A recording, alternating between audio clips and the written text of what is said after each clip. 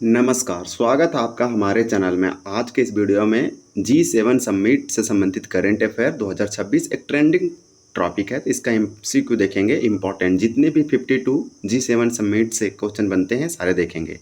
हाल ही में G7 summit France में ये संपन्न हुआ। वहाँ पे आप देखें कि भारत के प्रधानमंत्री नरेंद्र मोदी गए हुए थे। तो इससे संबंधित क्वेश्चन आने वाले एग्जाम में पूछा जाएगा। पहला प्रश्न है, ये 52 नंबर का था, आप याद रखिए। अगर आपसे पूछा जाए कि 51 G7 समिट कहाँ पे हुआ था, तो ये आपको बता दें ये कनाडा में हुआ था, जहाँ पे भारत के प्रधानमंत्री भी गए हुए थे।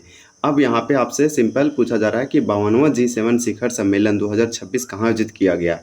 तो यह जो है फ्रांस में किया गया, फ्रांस के एवियन में किया गया। मोस्ट इंपॉर्टेंट यहाँ पे आपका राइट आंसर ए होगा। आप याद रखिए कि G7 का फुल फॉर्म ग्रुप ऑफ 7, और ग्रुप ऑफ 7 यानी G7 शिखर सम्मेलन 2026 का 52वां संस्करण फ्रांस में आयोजित किया गया। आपका चलिए नेक्स्ट देखते हैं। जबकि इसका G7 का 51वां सम्मेलन 2025 में कनाडा में किया गया था।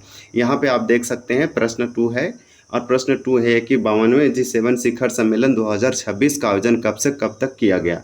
तो 2 का राइट आंसर आपका बी हो जाएगा, 15 से 17 जून 2026। ये 3 दिनों तक समिट चला और ये फ्रांस के एवियन में चला, ये भी आप याद रखिए। और ये 52 नंबर का क्रम का है। और आपको ये भी याद रहना चाहिए कि 15, 16 और 17 ये 3 दिन प्रधानमंत्री नरेंद्र मोदी यूरोप के यात्रा पे थे, और ये उसी दौरान ये फ्रांस गए हुए थे और 3 दिन यहाँ पार्टिसिपेट भी किए।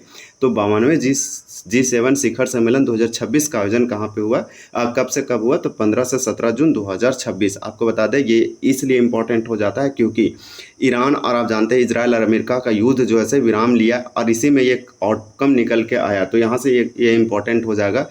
G7 का पूर्ण रूप फुल फॉर्म क्या है, तो इसे ग्रुप ऑफ 7 कहते हैं। तो यहाँ पे 3 का राइट आंसर आपका 7 हो जाएगा। तो आप याद रखिएगा कि ग्रुप ऑफ 7 का मतलब G7। ये पहले G7 जो था से वो G6 था। G6 से ये आप जानते हैं कि फिर एक देश और जुड़ा तो G7 हुआ। फिर इसमें एक रसिया जुड़ा, तो रसिया से जुड़ने के बाद G8 हो गया, और G8 के बाद 2014 में फिर रसिया हट गया, तो G7 कहलाता है, ग्रुप ऑफ 7। ये बड़े बड़े लार्जेस्ट इकोनॉमिक इसमें कंट्री आते हैं। तो G7 का फुल फॉर्म ग्रुप ऑफ 7 होता है। अब हम लोग नेक्स्ट देखते हैं। अब आपका नेक्स्ट प्रश्न देखिए इसमें क्या है। और नेक्स्ट प्रश्न ये है कि G7 समूह की स्थापना किस वर्ष हुई थी। ये वाला क्वेश्चन इंपॉर्टेंट हो जाएगा और ये वाला पूछा भी जा सकता है। तो आपको बता दें कि 4 का राइट आंसर सी होगा। 1975 में ग्रुप ऑफ 7 यानी G7 समूह का स्थापना किया गया था। उस समय ग्रुप ऑफ 6 ही था, उसमें से 7 देश नहीं थे। फिर 7 इसमें ऐड हुआ, फिर एक और ऐड हुआ 8। तो लेकिन ये रिमूव होके फिर से जब रसिया ने यूक्रेन पर हमला किया तो 2014 में सारे देश बहिष्कार किया, इसे निकाल दिया, और 8 से ये बन गया 7, ग्रुप ऑफ 7। तो ये कुछ समय के लिए ग्रुप ऑफ 8 भी था। तो ग्रुप समूह G7 समूह की स्थापना हुआ था 1975 में, 1975 में। तो यहाँ पे आपका करेक्ट आंसर सी हो जाएगा। अब देखिए अगला प्रश्न आपसे पूछा जा रहा है कि G7 समूह का गठन 1970 के दशक में किस संकट के बाद किया गया था। तो यहाँ पे 5 का राइट आंसर आपका बी होगा। 1973 का तेल संकट यानी ऑयल क्राइसिस और आर्थिक मंदी। तो आप याद रखिएगा, जब पूरे दुनिया में आर्थिक मंदी आया, तेल का क्राइसिस आया, उस तभी जो है से G7 समूह का स्थापना किया गया। और 1975 में किया गया। कब किया गया, जब पूरे दुनिया में 1973 का तेल संकट और आर्थिक मंदी आया। तो यहाँ पे आपका राइट आंसर जो है से बी हो जाएगा। अब नेक्स्ट हम लोग देख लेते हैं। आपका देखिए अगला प्रश्न है, और प्रश्न ये है कि निम्नलिखित देशों में से कौन सा देश G7 का अस्थाई सदस्य नहीं है। अस्थाई का मतलब परमानेंट मेंबर नहीं है। आप जानते हैं कि ये परमानेंट मेंबर नहीं है, यानी कि ग्रुप ऑफ 7 का ये परमानेंट इसमें शामिल नहीं है। ग्रुप ऑफ 7 में शामिल नहीं है, G7 में शामिल नहीं है, परमानेंट नहीं है। वो बोल सकते हैं कि नॉन टेम्पोररी है, वो अस्थाई है। तो आपका 6 का राइट आंसर डी होगा, भारत जो है इसमें उसे इन्वाइट किया जाता है गेस्ट के रूप में। भारत G7 सदस्य का मेंबर अस्थाई सदस्य नहीं है, ये आप याद रखिए। जबकि इसमें G7 में अमेरिका है, जापान है, फ्रांस है, लेकिन भारत इसमें नहीं है। तो आपका राइट आंसर डी हो जाएगा। अब अगला हम लोग प्रश्न देखते हैं। हम लोग यहाँ पे ये जाने कि 2025 में G7 का समिट कहाँ हुआ था। सबसे इम्पोर्टेंट ये हो जाएगा। तो ये आपका कनाडा में हुआ था, और ये 51वां इसका समिट या बैठक था। अब जबकि 52 हो रहा है, तो ये कहाँ पे हो रहा है? तो आप जानते हैं कि ये हो गया संपन्न, ये आपका फ्रांस में हुआ। G7 का कोई अस्थायी मुख्यालय या सचिवालय कहाँ स्थित है? तो आपको बता दें 7 का राइट आंसर ये होगा, इसका कोई भी हेडक्वार्टर या अस्थायी मुख्यालय या कोई भी कुछ नहीं है इसका सेक्रेटरीट। तो आपका यहाँ पे राइट आंसर सी हो जाएगा। G7 यानी ग्रुप ऑफ 7 का कोई भी मुख्यालय यानी हेडक्वार्टर, सेक्रेटरी यानी सचिवालय, सेक्रेटरीट भी नहीं है, तो हमारा राइट आंसर सी होगा। इसे एकदम बहुत अच्छे से ध्यान से रखिए। अगर यहाँ ऑप्शन को बात करेंगे तो देखिए, जनेवा में आपका वर्ल्ड हेल्थ ऑर्गेनाइजेशन है, फिर इंटरनेशनल लेबर ऑर्गेनाइजेशन है, बहुत सारे हेडक्वार्टर आपको स्विट्जरलैंड के जनेवा शहर में देखने को मिलेगा। हालांकि न्यूयॉर्क में भी आपको, अमेरिका के न्यूयॉर्क में भी कुछ कुछ देखने को मिलेगा। कनाडा किस वर्ष G7 समूह में शामिल हुआ था? तो कनाडा देखिए, हम आपको बताएं कि पहले ये G7 नहीं था, G6 था। 1975 में जब ये बना था तो इसे ग्रुप ऑफ 6 कहते थे, लेकिन कनाडा इसमें ऐड हुआ और G6 से ये हट गया, ये कट गया, और इसके बाद ये हट के क्या हो गया? आपको बता दें G7 ग्रुप ऑफ 7। तो यही पूछा जा रहा है, कनाडा किस वर्ष G7 यानी ग्रुप ऑफ 7 में शामिल हुआ था? तो आपका यहाँ पे राइट आंसर 8 का हो जाएगा बी, 1976 में। एक साल, इसके गठन के 1 साल बाद कनाडा ऐड हुआ। यानी कि जैसे ही 1973 में ऑयल क्राइसिस और आर्थिक मंदी आता है, तो उसके बाद 1975 में बड़े बड़े देशों ने 1975 में इसका स्थापना किया ग्रुप ऑफ 6 मिलके, क्योंकि 6 देशों ने किया। कनाडा इसमें शामिल हुआ, ग्रुप 7 हुआ, और जस्ट एक साल बाद हुआ, यानी 1976 में हुआ। और उसके बाद आप देखें कि इसमें रसिया भी आ गया, तो ये ग्रुप 8 बन गया। रसिया 2014 में जब क्रेमिया, यूक्रेन के क्रेमिया पर अटैक किया, तो ये हो गया ग्रुप ऑफ आपका जो है से फिर से 7, 8 से ये 7 बन गया। तो ये आपका हो जाएगा यहाँ पे बी हो जाएगा। आप याद रखिएगा कि 1976 में 1976 में कनाडा जो है से G7 का शामिल हुआ था, सदस्य बना था परमानेंट, अभी भी बना हुआ है। तो यहाँ पे आपका बी हो जाएगा। अब हमारा प्रश्न 9 है। अब 9 प्रश्न में देखिए आपसे पूछा जा रहा है, वर्ष 1997 में किस देश के शामिल होने पर G7 समूह G8 समूह बन गया था? तो ये बोल रहा है कि G7 से ये जो है से G8 बन गया। तो ये कब बना था G7 से G8? ये किस वर्ष? तो 1997 में। वह कौन सा देश है? तो आपको बता दें कि यहाँ पे आपका 9 का राइट आंसर ये होगा रूस। रूस यानी रसिया।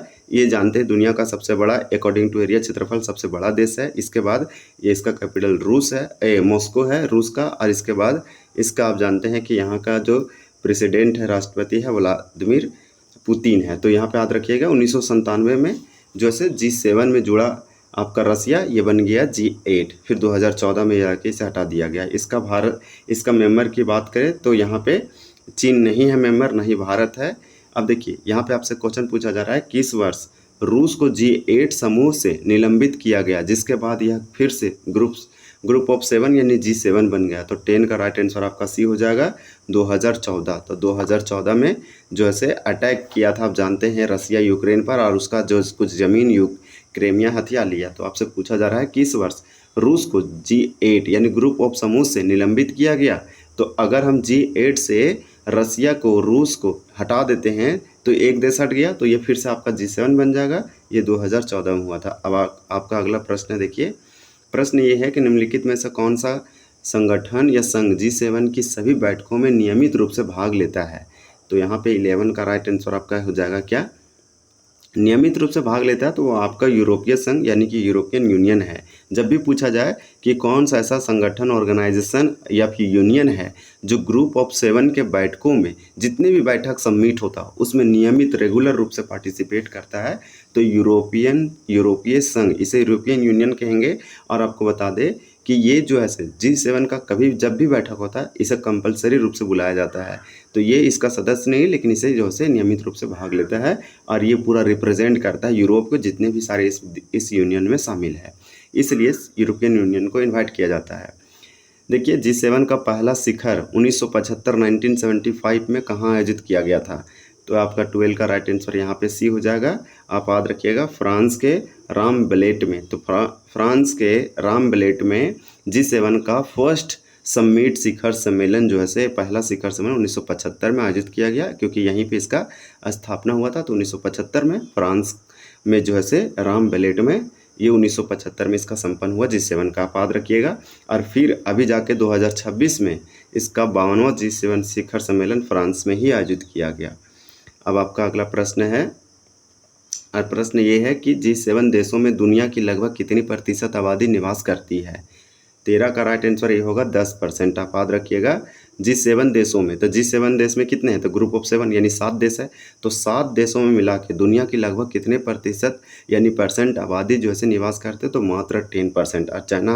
और चाइना और खाली इंडिया रहता तो 40% हो जाता, लेकिन इसमें 7 देश हैं तब भी 10% ही हुआ है।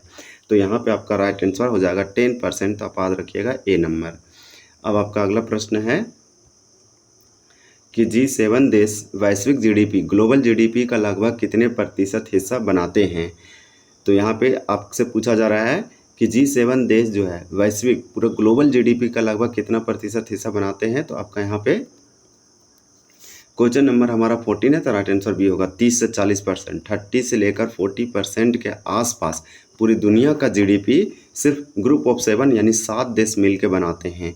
इसे आप याद रख सकते हैं। आपका अगला प्रश्न है, और प्रश्न ये है कि G7 देशों के राष्ट्र अध्यक्षों के उन व्यक्तिगत प्रतिनिधियों को क्या कहा जाता है जो सम्मेलन की तैयारी और नीति समन्वय करते हैं। तो आपका यहाँ पे 15 का राइट आंसर ये होगा शेरपा कहा जाता है। तो शेरपा किन्हें कहा जाता है, जो G7 देशों के राष्ट्राध्यक्षों के उन व्यक्तिगत प्रतिनिधियों को जो सम्मेलन की तैयारी और नीति समन्वय करता है उसे शेरपा कहते हैं। आपका अगला प्रश्न है, शेरपा हालांकि G20 में भी होता है। इंडिया में अगर बात करें तो G20 में जब सबमिट हुआ था उस समय इंडिया का G20 शेरपा बनाया गया था अमिताभ कांत को। G7 का कौन सा एकमात्र सदस्य देश एशिया महाद्वीप से है। तो G7 का एकमात्र ऐसा उसका मेंबर परमानेंट सदस्य अस्थायी रूप से जो एशिया कॉन्टिनेंट एशिया महाद्वीप से है। तो आपको मालूम चल गया होगा, ये आपका जापान है, इसका कैपिटल टोक्यो। आप याद रखिए। भारत इसका मेंबर नहीं है, चीन भी नहीं है और दक्षिण कोरिया भी नहीं है। जापान इसका मेंबर है जो कि एशिया महाद्वीप में स्थित है। अब आपका क्वेश्चन 17 है, वर्ष 2024 में G7 का 50वां शिखर सम्मेलन कहाँ आयोजित किया गया था। तो आपको हम बता दिए हैं आपको बता दिए हैं। देखिए आपको हम बताए हैं 51 G समिट जो कि कनाडा में हुआ, 52 हम लोग देख रहे हैं जो कि फ्रांस में हुआ। आपसे 50 नंबर का पूछा जा रहा है G7 शिखर सम्मेलन। तो ये 2024 में हुआ था 50वां शिखर सम्मेलन G7 का।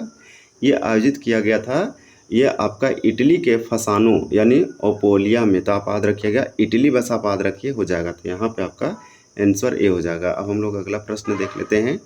अगला प्रश्न देखिए क्या है कि वर्ष 2025 में 51वां यानी कि 51 G7 शिखर सम्मेलन यानी कि आप बोल सकते हैं G7 समिट किस देश में आयोजित किया गया था। तो 18 का राइट आंसर डी होगा, कनाडा में।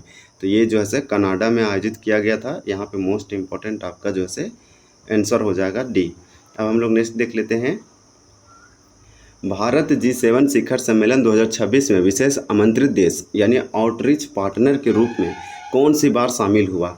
तो यहाँ पे आपका 19 का राइट आंसर सी होगा, 13वीं बार। भारत जो है 13वीं बार एक गेस्ट के रूप में, आमंत्रित देश के रूप में, आउटरीच पार्टनर के रूप में G7 शिखर सम्मेलन में पार्टिसिपेट किया। इसका 13वीं बार है जब प्रधानमंत्री नरेंद्र मोदी फ्रांस गए।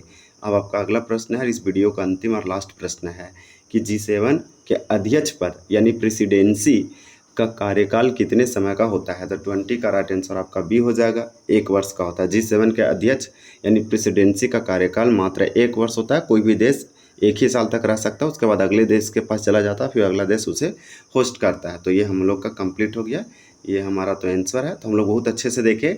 यहाँ पे 2024 में इसका सबमिट कहाँ हुआ था वो भी देखे, वो कितना क्रम का था, 2025 फिर 2026 और बहुत अच्छे कुछ इसका फाउंडेशन पूरे G7 को अच्छे से ये कवर करता है।